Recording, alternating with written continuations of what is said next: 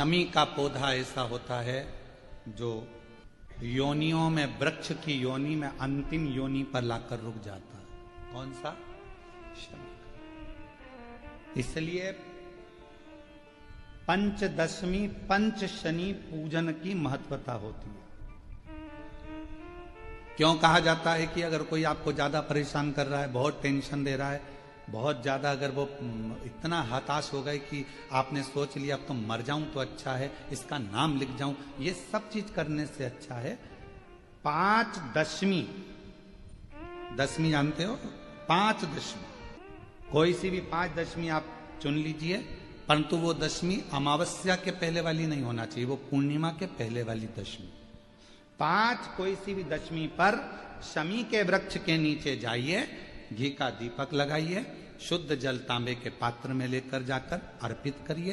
पहले दीप जलाना, उसके बाद शमी के पौधे में जल डालना और पौधे उस वृक्ष के नीचे बैठकर जल चढ़ाकर वहीं पर एक चावल का दाना समर्पित कर कर बाबा से प्रार्थना करना कि बाबा मुझे बहुत कष्ट है, ये मेरा एक तकलीफ मुझे दे रहा है, बस आप मेरी तकलीफ को दूर करना। शिव की ऐसी कृपा होगी।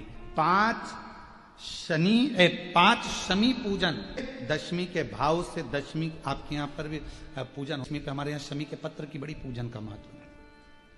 पांच दशमी पांच शमी पूजन कर ली जाती है तो जो भी आपका द्रोही होता है वो आपसे दूर हो जाता है या आपसे स्नेह कर कर आपके करीब आ जाता है।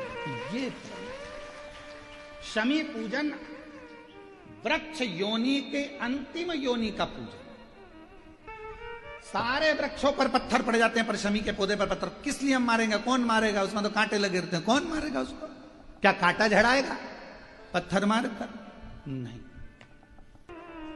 हम तो यहां तक कहेंगे कि शमी की आराधना साधना आपके द्रोहियों को, दुश्मनों को भी दूर कर देती।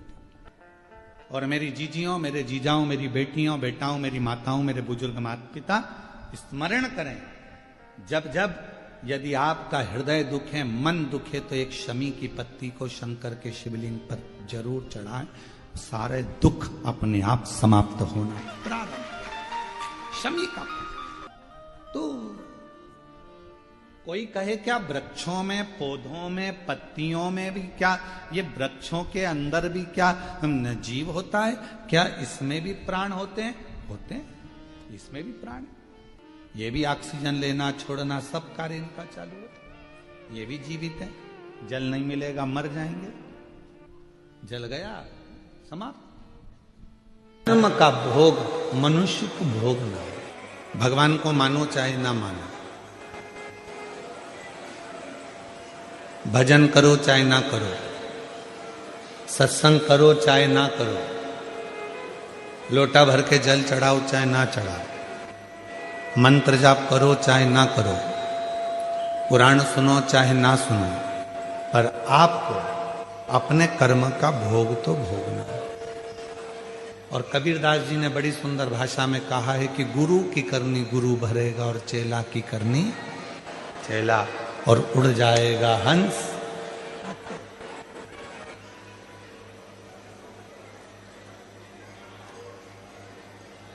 अपने कर्म को भोगना जरूर है।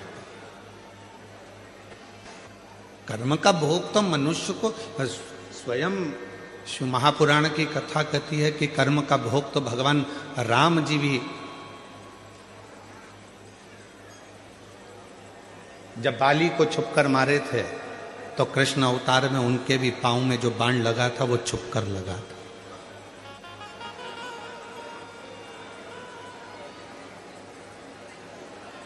आप अच्छा कर्म करेंगे अच्छा प्राप्त होगा।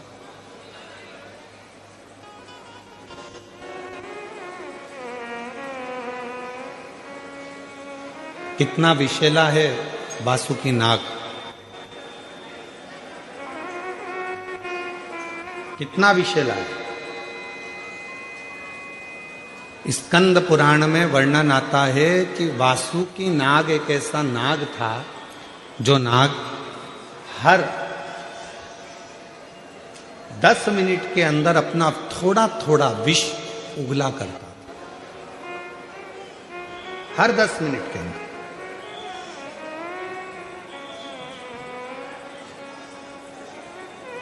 छोटू भाई, शंकर भगवान ने, शिवजी ने अपने गले में वासुकी नाग को रखा, पर वासुकी नाग का एक क्रम था कि सारे नागों में वासुकी नाग ऐसा था कि हर 10 मिनट में वो विष को त्यागता था, विष छोड़ता रहता।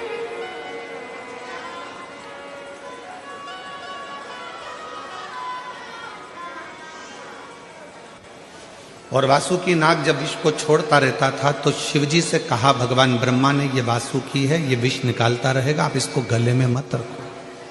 शंकर भगवान ने कहा भले ये विष छोड़ता है पर इसको मुझे अपने करीब में रखना जरूरी है, वरना कोई भी इसको स्वीकार नहीं करेगा, तो ऐसे तो तुम नष्ट हो जाओगे। शंकर भगवान ने कहा अच्छा करने वाले को दुनिया में किसी की सामर्थ्यता नहीं है कि कभी कोई नष्ट कर दे, उसको बर्बाद कर, किसी की सामर्थ्यता नहीं है।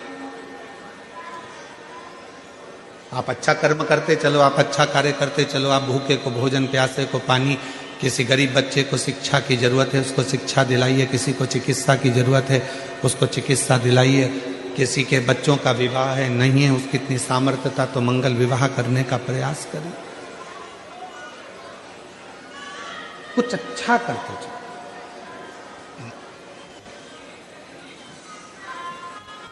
अच्छाई देखेंगे तो सुख मिलेगा। एक शिव महापुराण का एक बड़ा सुंदर चरित्र आता है।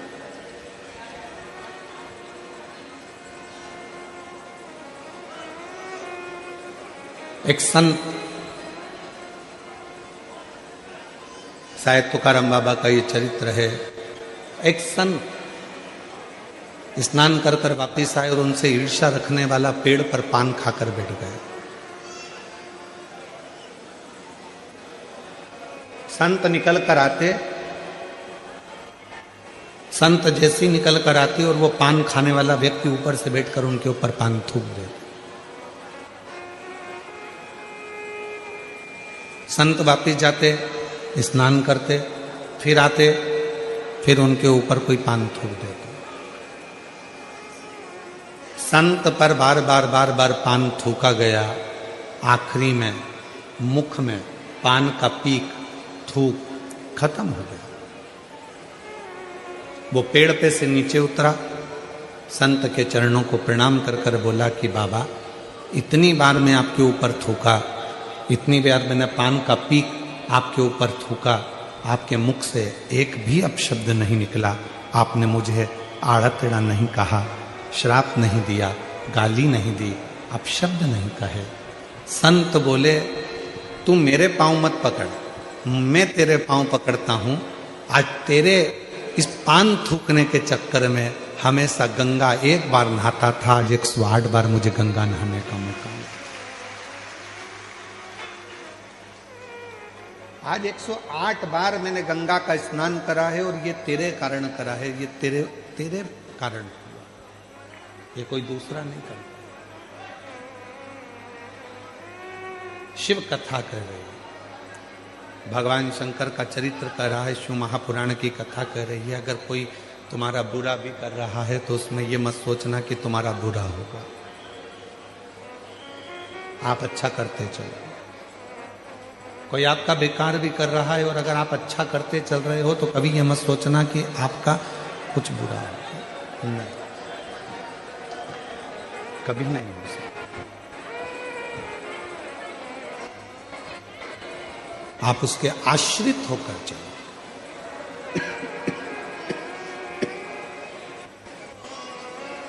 आप जितने जितने परमात्मा के आश्रित होकर चलेंगे, भगवान के आश्रित होकर चलेंगे, उतना उतना जीवन में सुख पाते चलेंगे। हमारा आश्रय ही, फिर वही वाली लाइन आ गई, भरोसो दृढ़ चरणन केरो, श्री वल्लभ नक चंद्र छटा बिन सब जग माही। उसने दिया, बोलते जाओ भगवान ने। तो भोजन कौन देगा? अरे बोलो जम के, मेहनत किसको करना है? अपन को। परिश्रम अपने को करना है, मेहनत अपने को करना है, पर फल देगा। और इसका एक प्रसंग है, ये बक्सा चल रहा है, इसका एक प्रसंग है और बड़ा सुंदर सा एक प्रसंग आता है। एक मलुक नाम का एक लड़का था, उसका दोस्त शिव जी का बड़ा भगत था। शंकर भगवान के मंदिर में वो रोज जाता, रोज जल चढ़ाता, शिव जी की आराधना करता, साधना करता, भजन करता, और ये दिन रात उस पर कटाक्ष करता, दिन भर उस पर तर्क करता मलु। अब एक दिन मलुक ने अपने दोस्तों को रोक लिया, कहां जा रहा है? कि मंदिर जा रहा हूं। अरे थोड़ा काम धंधा कर ले, या जा जरा काम धंधा कर, ये शंकर भगवान को नीलाने से, लोटा भर के जल चढ़ाने से कोई शंकर जी कुछ थोड़ी ना दे देगा। काम नहीं करेगा तो क्या शंकर जी खाने को दे देगा?